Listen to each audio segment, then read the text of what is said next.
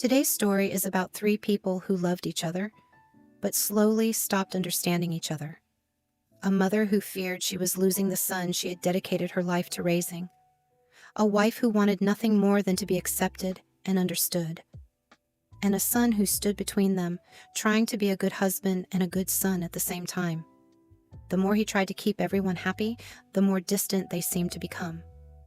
What none of them realized was that the problem wasn't a lack of love. It was a lack of understanding. This is their story. Let's begin.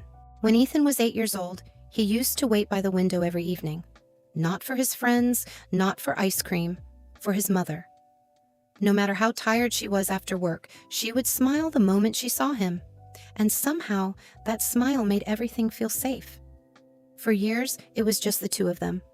His father had passed away when Ethan was young, and his mother, Sarah, spent the next 20 years building her entire world around her son.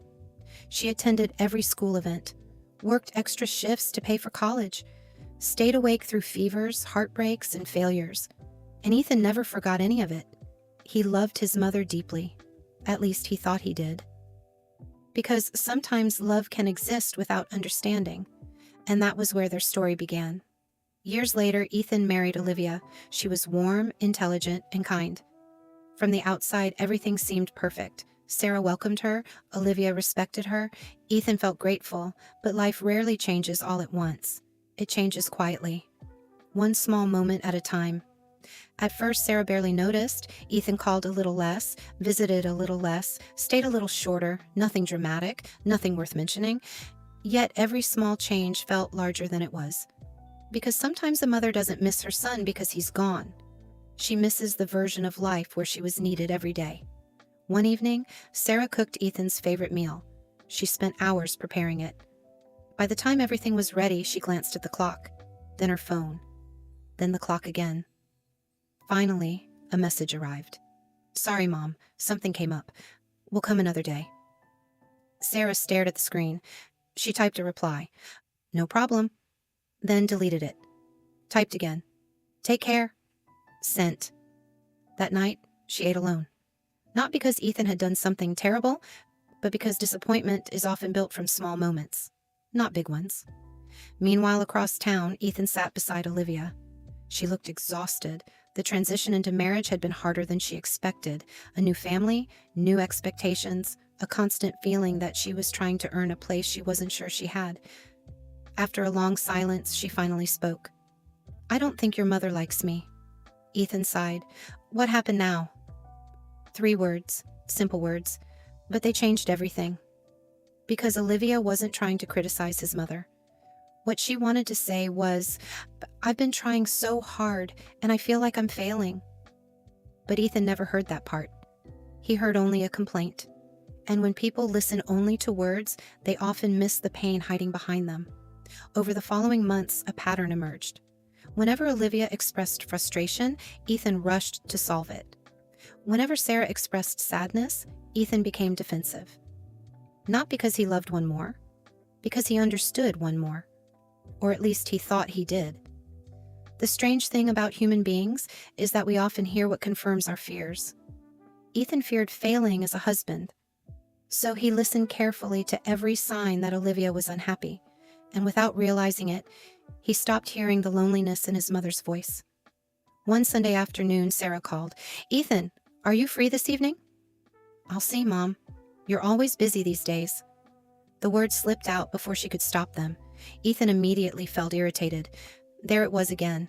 Another complaint, another guilt trip, another reminder that he wasn't doing enough. "Mom, I'm trying my best." The conversation ended quickly. Neither of them felt understood.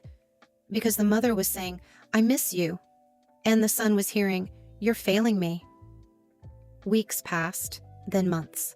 The distance grew, not because they stopped loving each other, because they stopped understanding each other.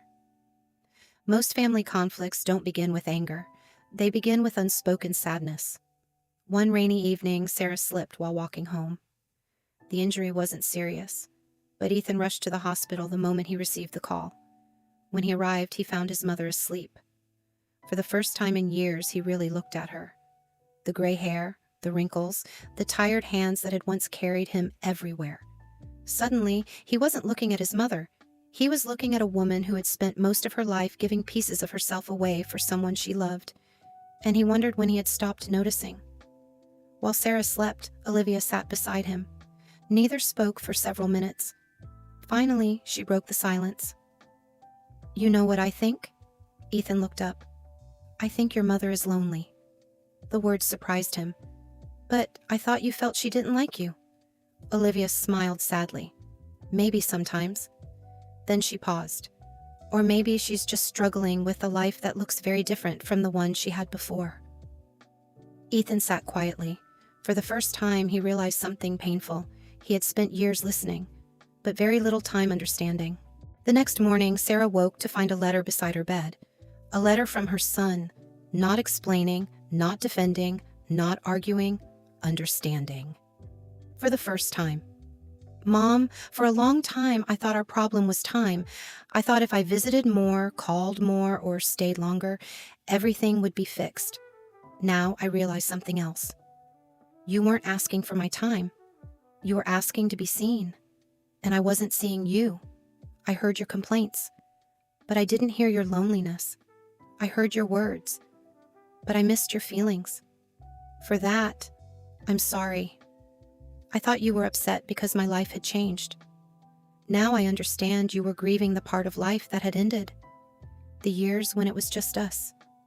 The years when you were needed every day. You spent decades teaching me how to love. Then one day, I got married and started building a family of my own. And somehow, I forgot that change can be difficult even when it's beautiful. You never wanted me to choose between you and Olivia. You simply wanted reassurance that you still mattered. You do. You always will. Everything good in me began with you, and nothing, not marriage, distance, or time, will ever change that. Love doesn't replace people, it makes room for more of them. Thank you for teaching me that. Love, Ethan." By the time Sarah finished reading, tears rolled down her cheeks. Not because she was hurt, because she finally felt heard, and sometimes being understood heals wounds that years of explanations never could. That evening, Ethan, Olivia, and Sarah shared dinner together. Nothing dramatic happened, no grand speeches, no perfect ending, just three people trying a little harder to understand each other, and sometimes that's enough. Because families are not held together by perfection. They are held together by the willingness to keep listening, especially to the words that are never spoken.